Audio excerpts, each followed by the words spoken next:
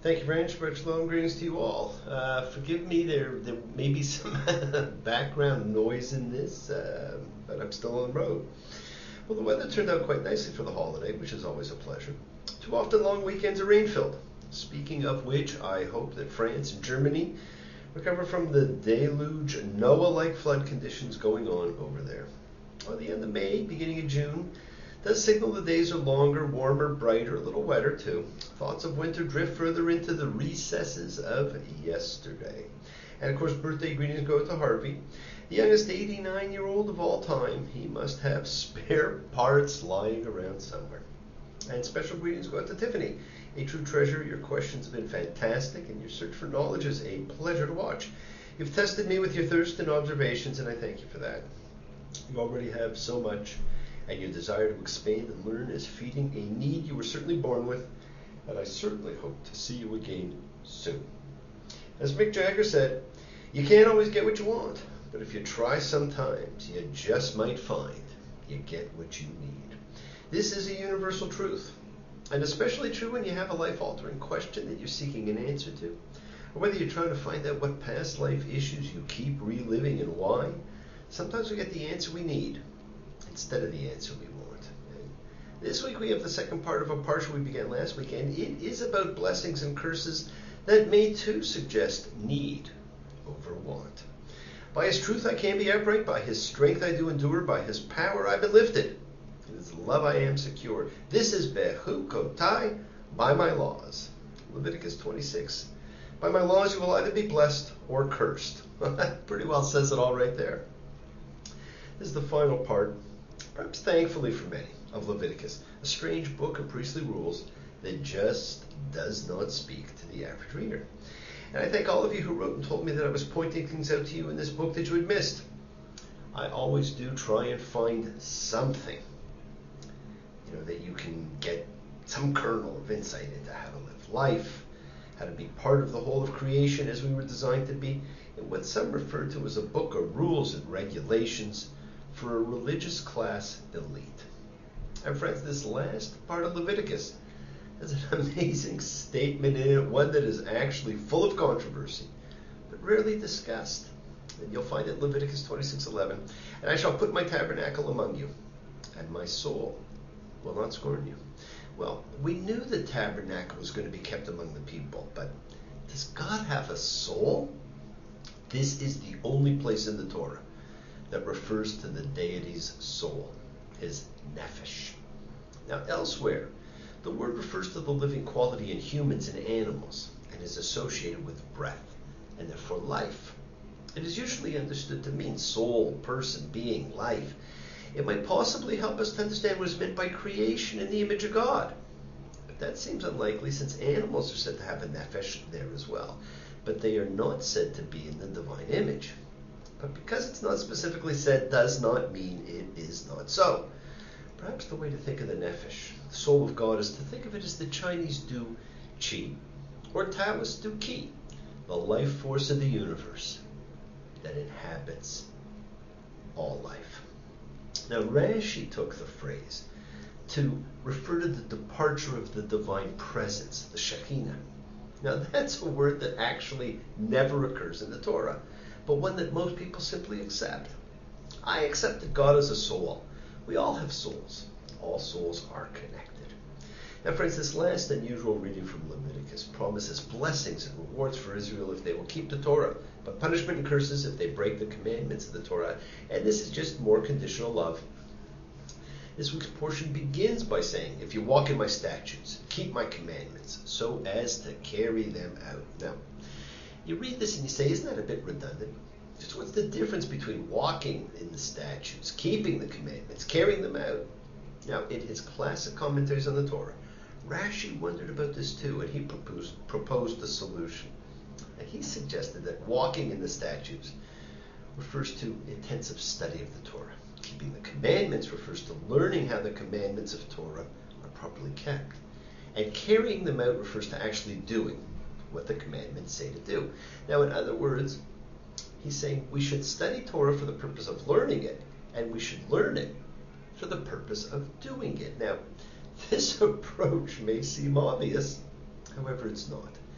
Sometimes we study the Bible simply for the sake of learning scriptures, but we never get around to doing what the Bible tells us to do. We often hear the Word of God, learn its message, but fail to put it into practice. Now, this is especially true in regard to the specific laws of Torah. We do not know how to necessarily translate them properly or to fully understand them. In some schools of thought, the laws of Torah are believed to have spiritual meaning instead of literal meaning.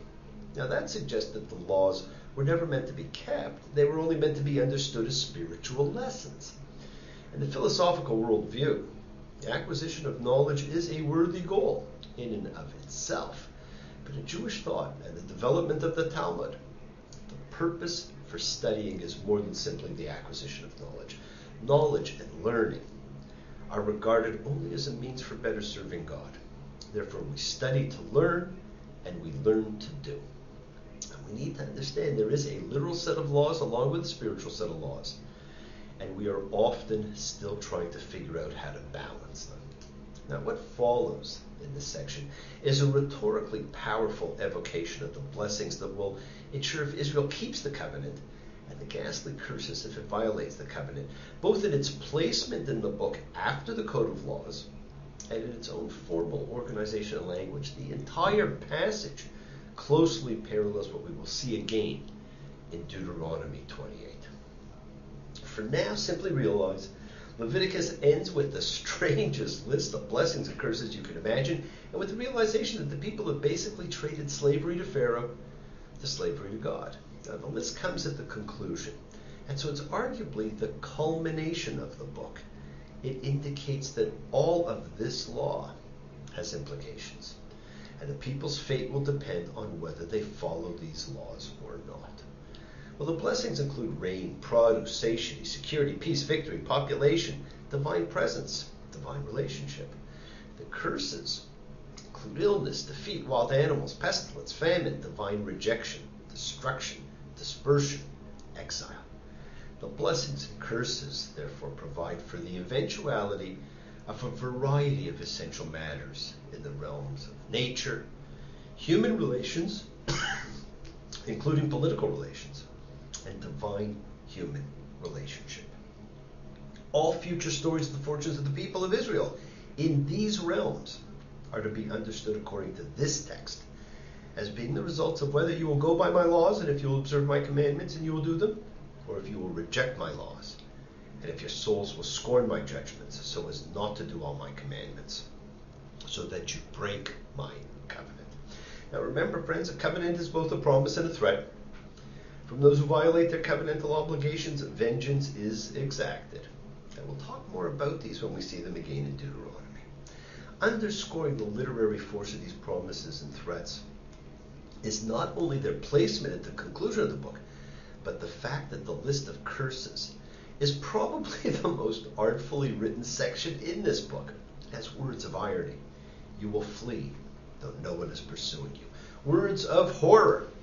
You will eat your son's flesh, and your daughter's flesh you will eat. And words of pathos. The sound of a driven leaf will chase them. The commandments are not presented as a loosely relevant list. They're woven into the fabric of the narrative as essential to the life of the community. The ending is quite interesting. The trading of masters, Leviticus 26:12, and I shall walk among you, and I shall be God to you, and you will be a people to me. This also suggests a return to the God of Genesis, the one who did walk among the people, but God never did again. Now this phrase also echoes what is thought to be the wording of the marriage ceremony in ancient Israel. I shall be a husband to you, you will be a wife to me, as well as the adoption ceremony, I shall be a parent to you, and you will be a son or daughter to me. And when we began this book, my friends, I told you it is a book of distinction and division, that everything in it was about separation and to look for it. And you have seen it. And you see its largest separation of distinction as it lays out the differences between blessings and curses. But Leviticus, a book that is so fundamentally concerned with distinction, does not make any explicit distinction between its most interesting shift. Its shift between ritual and ethical laws. They are simply the law. treated equally. There is no distinction for God, only for us. Perhaps our distinction between them pushes us further away from a true understanding of holy, of sacred. The fact that no law code from ancient Israel survived independently, that law codes survive only in context of narrative, is notable in itself. Leviticus's laws are integral. Now this week we end our year-long stay on the mountain and begin the journey through the wilderness as we start the book of Numbers. Get ready, my friends. We are about to embark on a journey many are still on to find their promised land. And almost like Groundhog Day, you will read the same story over and over again in that book, the story of rebellion. But that's for another week. The world is sacred. So is everything in it. Express your gratitude, light a candle, make a wish. Celebrate your life and the lives of those you love. Share your feelings with them. Live free, be free, and honor your freedom. Be well, be happy, and be blessed. Share and honor the light and all who live in the light, and continue to shine. Continue to send everyone you know goodwill and love. Pray for peace and freedom for everyone, an end to terror and hatred. Remember, friends, we are a community. We learn together, we celebrate each other, we love each other. We share this ride together, men and women equally. Let us send out love, not fear. Send out peace, harmony, good healing to all who need it. And please do learn to forgive, learn to love. Open your hearts and honor the relationships of your life. Tell those you love that you love them. Take advantage of the time you have and enjoy the journey. We take the twists and turns and the patterns that weave through the fabric of our lives in our effort to grow, to learn, to be, to love. So please do love. Send healing, goodwill, and love to all who need it. It's a time to celebrate your holiness. Bless you all. Have a fantastic week, a week of love and light and peace and healing, and honor the people in your life. Say you want a revolution? We all want to change the world. Do not stop talking. Keep on dreaming. Keep on being. Keep sharing. Keep shining. Keep teaching. Keep spreading your holiness. It is a contagion for the world. And thank you all for joining me. I will see you all next time. Shabbat Shalom.